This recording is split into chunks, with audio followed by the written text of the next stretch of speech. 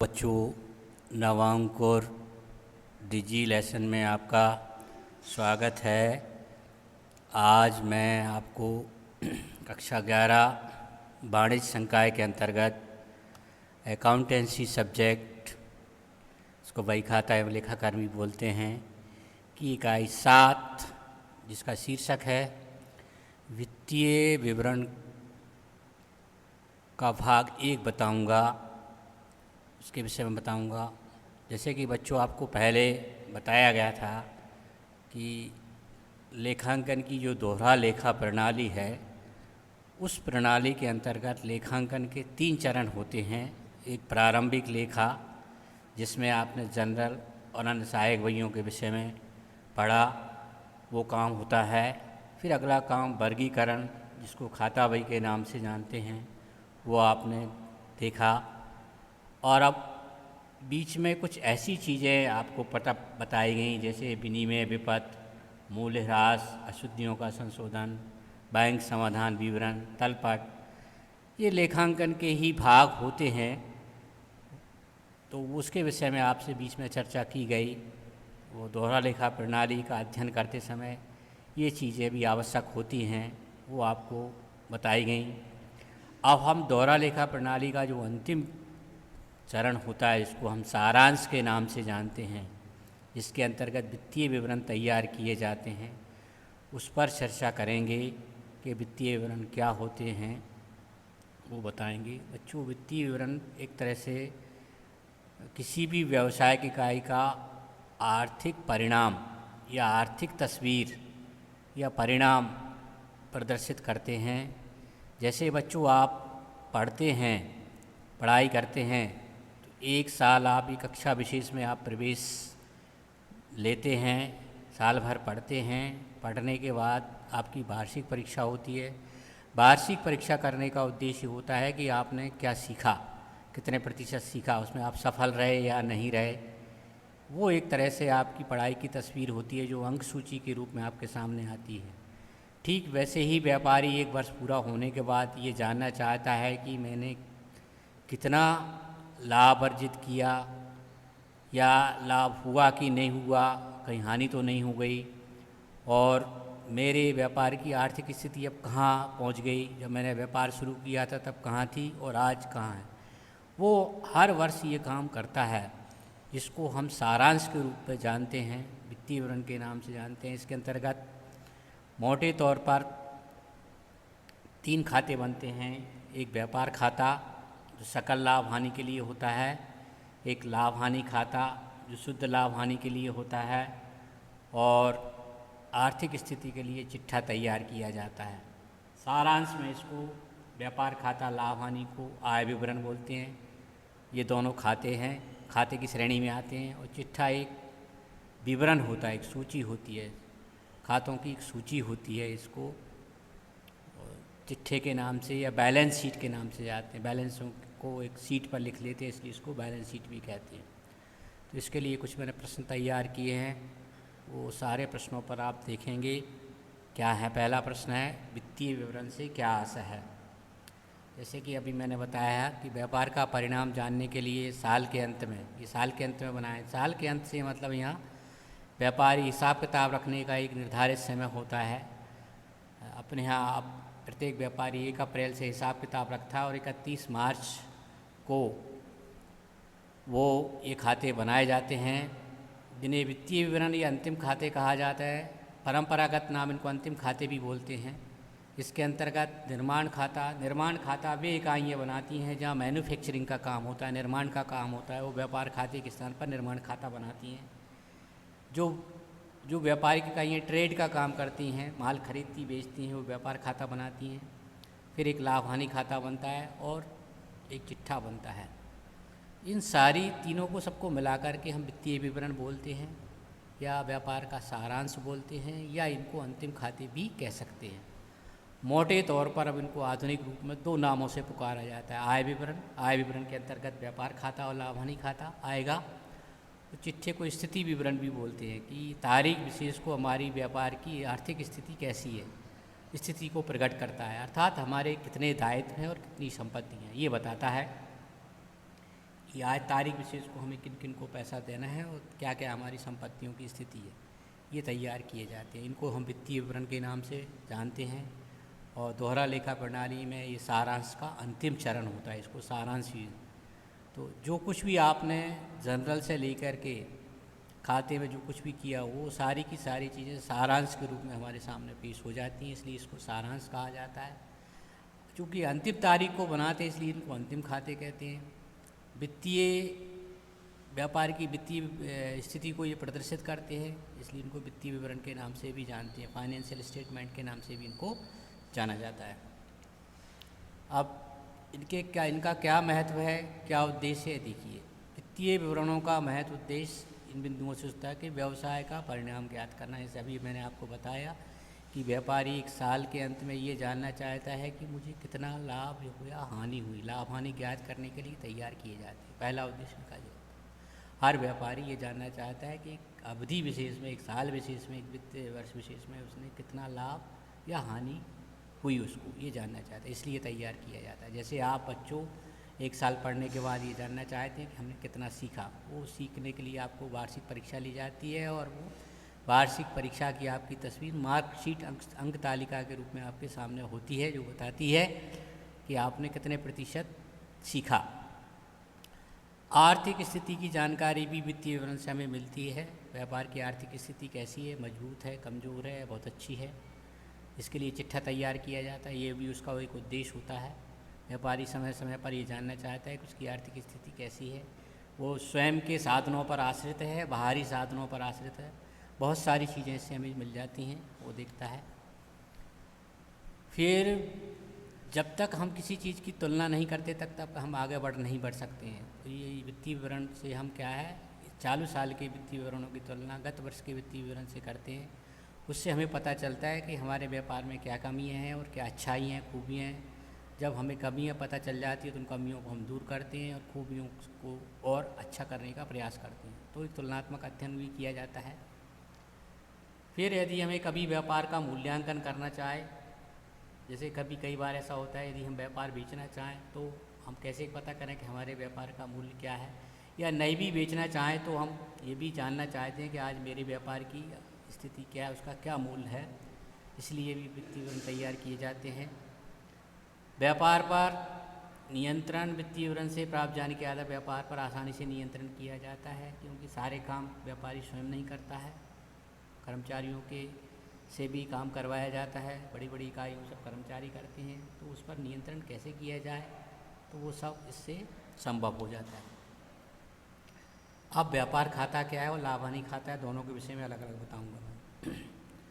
व्यापार का सकल लाभ हानि जानने के लिए जो खाता तैयार करते हैं उसे व्यापार खाता कहते हैं। इसे माल खाते के नाम से भी जाना जाता है। अब यहाँ सकल लाभ हानि शब्द आ गया। सकल लाभ हानि का अर्थ समझ लीजिए बच्चों, कि एक उदाहरण दे रहा हूँ मैं कि एक साल में मान लीजिए मैंने 1 लाख रुपए की वस्तुएं खरीदी जिनका मैं व्यापार करता हूँ, और सारी वस्तुओं को मैंने 1.5 लाख रुपए में बेच दिया।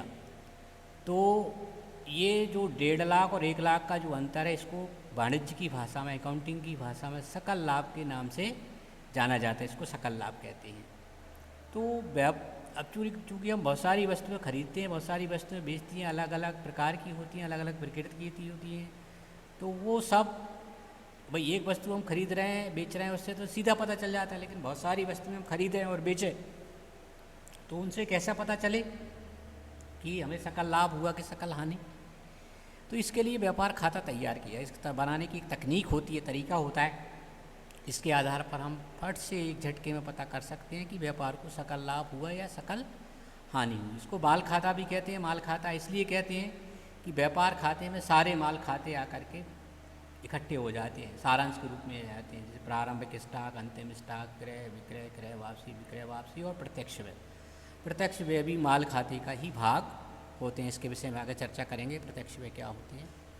तो सिंपल सी बात हो गई, व्यापार का सकल लाभ हानि ज्ञात करने के लिए साल के अंत में, वित्तीय वर्ष के अंत में जो खाता बनाते हैं उसको व्यापार खाता कहते हैं।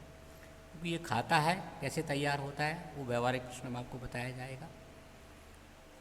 फिर लाभ हानि, अभी मैंने उदाहरण दिया कि हमने 1 लाख का माल खरीदा था और 1.5 लाख में बेच गया, तो 50,000 रुपये का सकल लाभ कहलाएगा। बट इस 50,000 को कमाने के लिए हमें और खर्च भी करना पड़े होंगे। जैसे कर्मचारी रहे होंगे तो उनको वेतन देना पड़ा होगा, बिजली का बिल, टेलीफोन का व्यय, वस्तु को लाने ले जाने का भाड़ा और आदि इत्यादि व्यय करना पड़ेंगे। तो 50,000 सीधा हमारा फ़ायदा नहीं कहलाएगा। इसमें से हमने जो खर्चे कर दिए उसको घटाने के बाद जो बचेगा उसको शुद्ध लाभ हानि बोला जाता है। तो ये व्यापार का शुद्ध लाभ हानि जानने के लिए लाभ हानि खाता बनाया जाता है। ये व्यापार खाते के जस्ट बाद बनाया जाता है। पहले व्यापार खाता बनता है, फिर इसके ठीक बाद लाभ हानि खाता बनता है। तो मान लीजिए उदाहरण के लिए हमने 20,000 रुपये खर्च कर दिए, तो अब 50,000 में से 20 और खर्च हो गए, तो शुद्ध जो हमारी कमाई हुई वो 30,000 रुपये हुई। ये हमारा लाभ हानि खाते से पता चलता है। तो साधारण सी बात हो गई व्यापार का शुद्ध लाभ हानि, अर्थात सकल लाभ में से हम क्या करेंगे, वे सारे व्यय घटा देंगे जो व्यापार के संचालन में अन्य किए गए, जैसे टेलीफोन का बिल, बिजली का बिल, कर्मचारी का वेतन, दुकान किराए पे है तो किराया आदि आदि इत्यादि। ये सब घटाने के बाद जो बचेगा वो व्यापार का शुद्ध लाभ कहलाएगा। इसके नामे पक्ष, ये नामात का खाता होता है, लाभ हानि खाते को नामात का खाता बोलते हैं।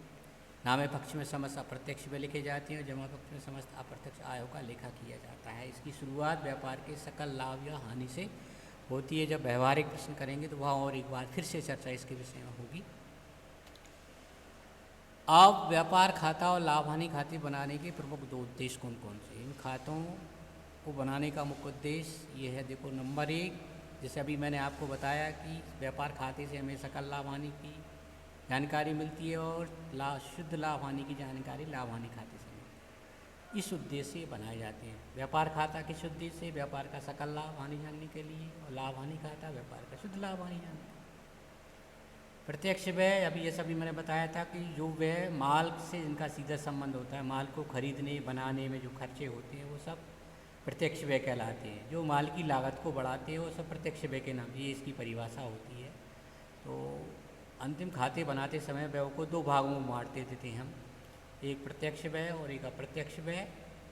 तो प्रत्यक्ष व्यय को व्यापार खाते में लिखते हैं और अप्रत्यक्ष व्यय को लाभ हानि खाते में। जिनका संबंध सीधा सीधा व्यापार की माल की लागत को बढ़ाने में जो आते हैं वो प्रत्यक्ष व्यय कहलाते हैं। जैसे निर्माण के व्यय, ईंधन, मजदूरी, कारखाने के व्यय, खरीदी पर भाड़ा आदि, ये सब प्रत्यक्ष व्यय की श्रेणी में आते हैं। और अप्रत्यक्ष व्यय, वेतन, कर्मचारियों का वेतन, बिजली व्यय, टेलीफोन व्यय आदि, ये सब अप्रत्यक्ष व्यय की श्रेणी में आते हैं। तो व्यापार खाते से हमें प्रत्यक्ष व्यय की जानकारी मिलती है, कुल प्रत्यक्ष व्यय क्या है, और लाभ हानि खाते से हमें अप्रत्यक्ष व्यय की जानकारी मिलती है। इसलिए इस उद्देश्य से ये बनाया जाता है। तो ये इनके 2 उद्देश्य हो गए आपके। अब इनमें अंतर देखिए, क्या अंतर है दोनों। व्यापार खाता लाभ हानि खाते का अंग होता है और लाभ हानि खाता प्रमुख खाता लाभ हानि माना जाता है। इसका जो भाग होता है वो व्यापार खाता कहता है। बट बनाने की स्थिति में पहले व्यापार खाता बनता है, फिर लाभ हानि खाता। पहले व्यापार खाता बनेगा, फिर लाभ हानि खाता। इस खाते में समस्त प्रत्यक्ष व्ययों का लिखा जाता है। अभी बताया मैंने, इसमें अप्रत्यक्ष मदों के लोगों को लिखते हैं। कैसे लिखते हैं वो आगे देखेंगे आप।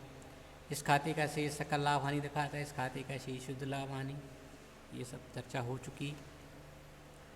इस खाते में समस्त माल खाते जाकर बंद होते हैं। इस खाते में माल खाते का कोई लेखा नहीं होता है। इस खाते के बाद चिट्ठा नहीं बनाया जाता है और इस खाते के बाद चिट्ठा बनाया जाता है। हेलो,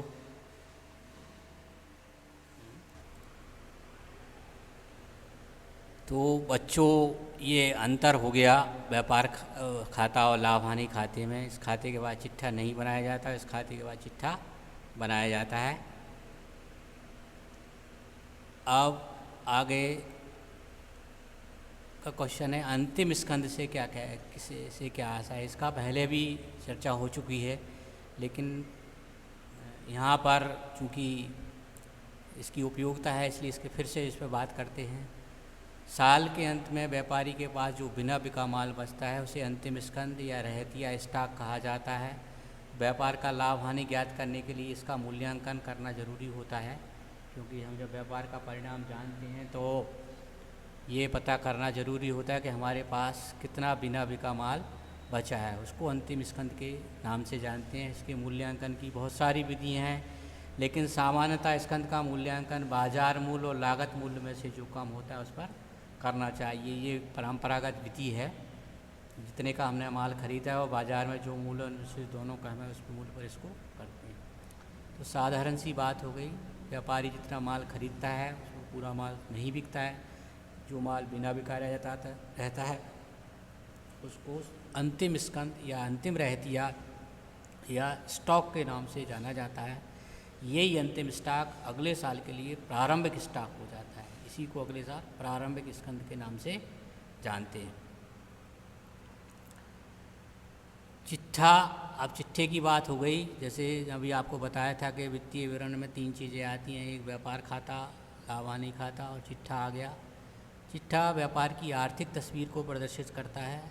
इसके 2 पक्ष होते हैं, एक दायित्व पक्ष होता है, बाईं ओर के भाग को दायित्व पक्ष बोलते हैं और दाईं ओर के भाग को संपत्ति पक्ष। ये खाता नहीं है, ये विवरण है, ये ध्यान रखना है।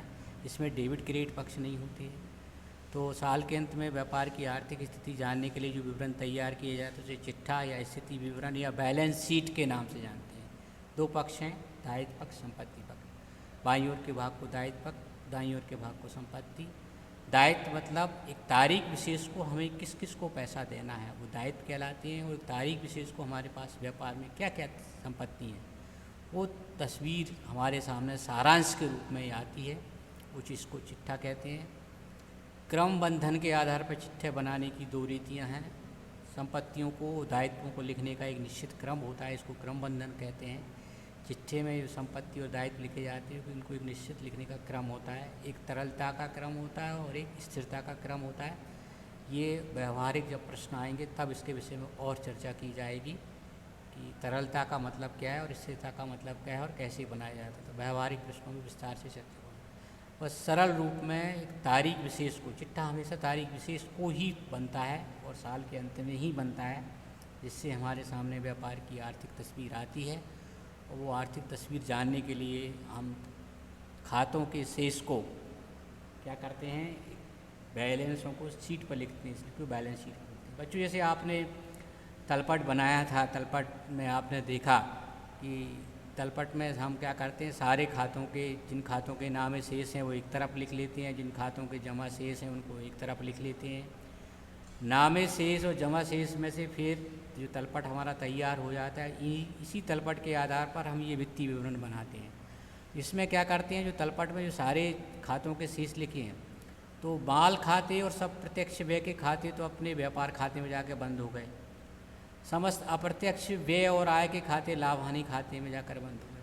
अब जो बाकी बचे कौन से, जिनका संबंध व्यक्तियों से है और संपत्तियों से है, वो सारे के सारे खाते हमें चिट्ठे में लिखे जाते हैं। चिट्ठे में इनको लिखा जाता है। जो बचते हैं उनको वो दायित्व के रूप में और संपत्ति के रूप में होते हैं। तो व्यापार में हमारे जितने खाते हुए सारे के सारे हम साल के अंत में तलपट में देखते हैं और उनको 3 भागों में बांट करके उनको बंद किया जाता है।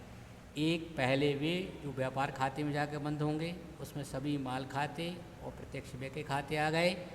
एक वे खाते जो अप्रत्यक्ष व्यय अप्रत्यक्ष आय से संबंध रखते हैं, वो लाभ हानि खाते में बंद हो गए। और बाकी जो बचे वो हैं जिनसे हमें पैसा लेना या देना है और संपत्तियों के खाते सामान्यतः बचते हैं, उनको हम चिट्ठे में दर्शाते हैं। इसलिए इसको बैलेंस शीट के नाम से भी जाना जाता है। अब एकत्रीकरण एवं क्रमांकन से क्या आशय होता है। जैसे अभी मैंने आपको बताया कि जैसे मान लीजिए हमें बहुत सारे लोगों से पैसा लेना होता है, बहुत सारे लोगों को पैसा देना होता है, व्यापार में बहुत सारी संपत्तियां होती हैं, बहुत सारे दायित्व होते हैं। तो जब हम चिट्ठा बनाते हैं तो इनको एक एक नाम करके नहीं लिखा जाता है कि हमें 50 लोगों से पैसा लेना है तो 50 लोगों के नाम हम चिट्ठे में रखेंगे। तो जिन लोगों से हमें पैसा लेना होता है उनको हम देनदार कहते हैं। तो देनदारों को एक जगह इकट्ठा करना वो एकत्रीकरण कहलाएगा। मतलब एक नाम से उनको पुकारा जाए, एक नाम से उनकी राशि। मतलब 50 लोगों से मान लीजिए हमें 10 लाख रुपए लेना है तो हम 50 लोगों के नाम और राशि ना लिख करके सीधा देनदार शब्द लिखेंगे और 10 लाख रुपये लिखेंगे। ऐसे ही बहुत सारे लोगों को हमें पैसा देना होगा, बहुत सारे हमारे दायित्व होंगे, तो उन दायित्वों को हम अलग अलग ना लिख करके क्या करते हैं,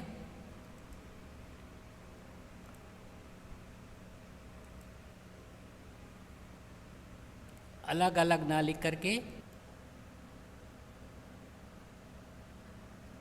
तो इस चिट्ठे में जब हम संपत्ति और दायित्वों को लिखते हैं तो उनके स्वभाव और उनकी प्रकृति के हिसाब से उनको एक जगह समूह में बांट लेते हैं अलग अलग। जैसे मैंने उदाहरण देकर आपको बताया कि बहुत सारे लोगों से पैसा लेना होता है, बहुत सारे लोगों को पैसा देना होता है, बहुत सारी संपत्तियां होती हैं, बहुत सारे दायित्व होते हैं, तो उनको उनकी प्रकृति के अनुसार उनको एक समूह में बांट करके लिखने की क्रिया को वही खाते की भाषा में एकत्रीकरण कहते हैं।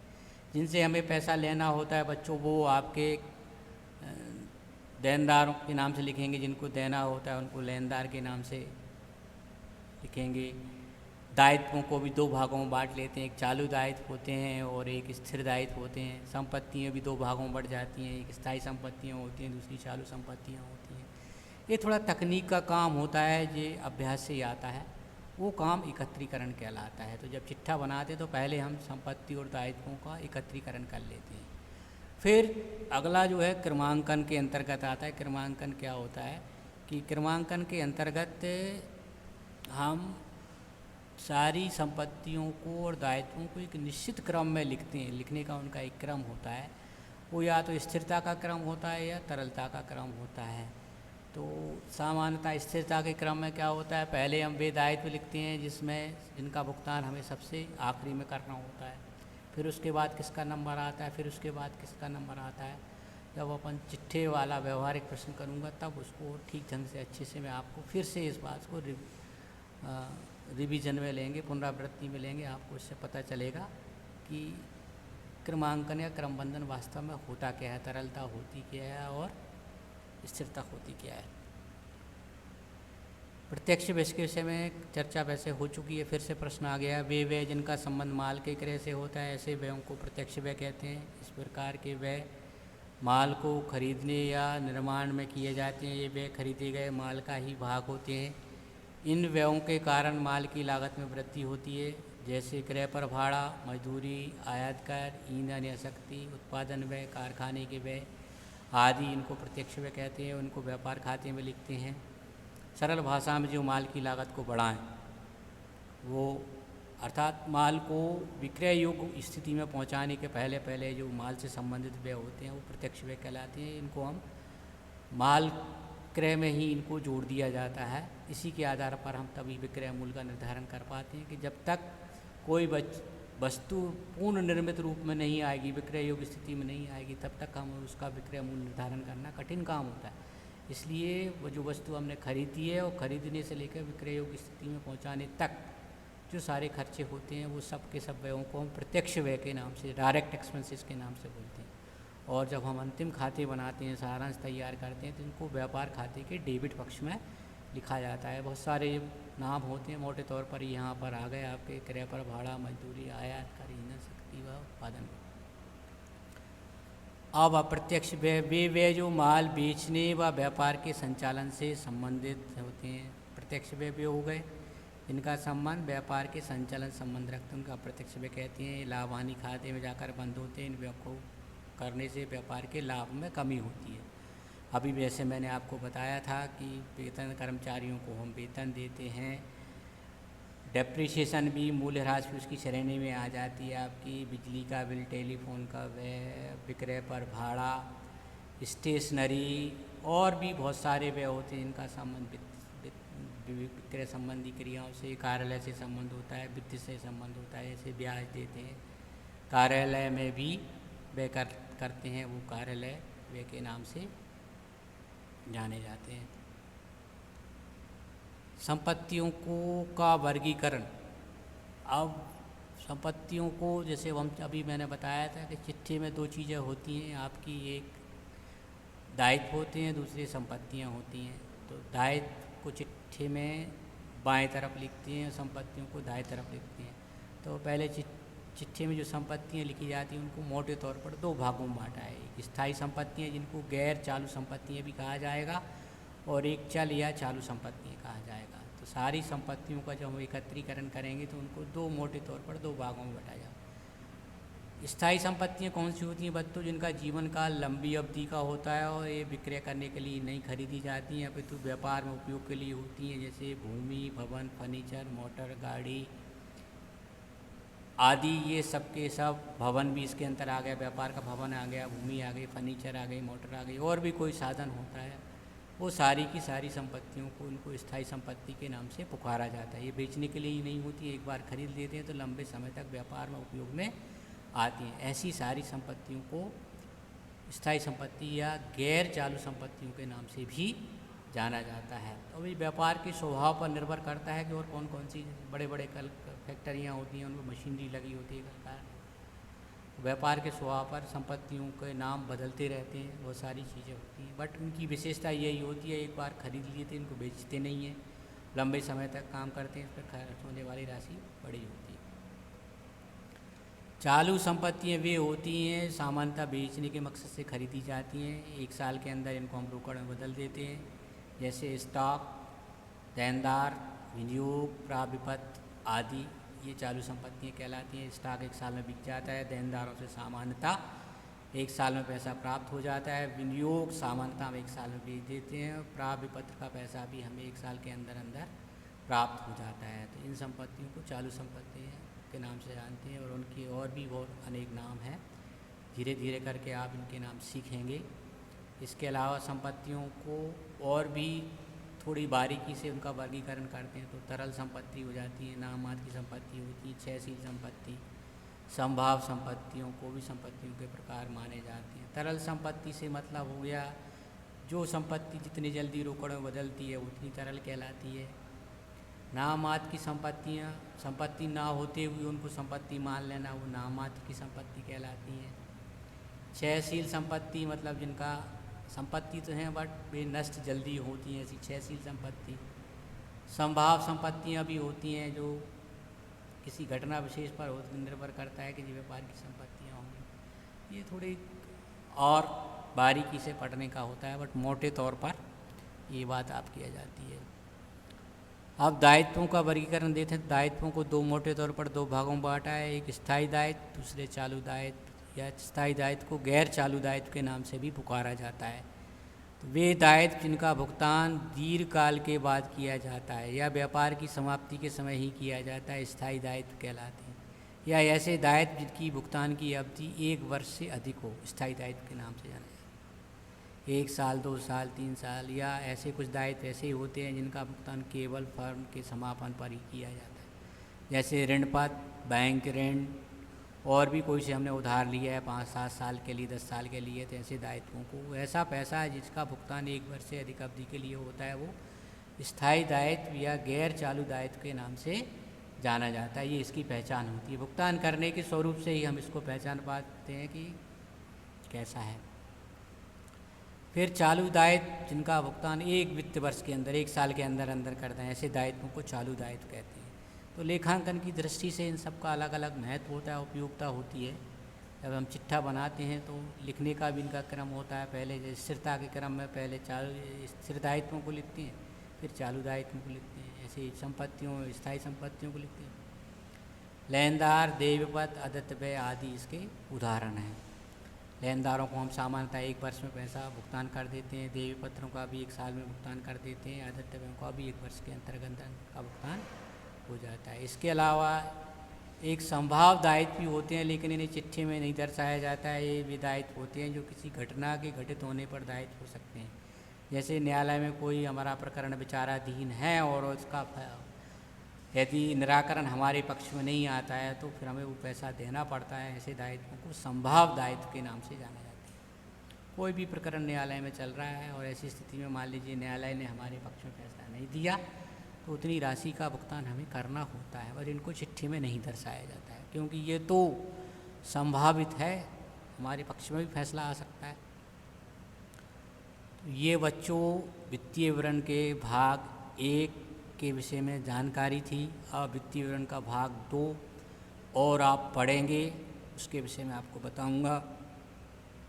बाकी इन सारी चीज़ों का पुनरावृत्ति जब व्यवहारिक प्रश्न में आपको बताऊंगा, व्यवहारिक प्रश्नों में फिर से इन सारी चीज़ों को दोहराऊंगा। आज के लिए इतना ही, धन्यवाद।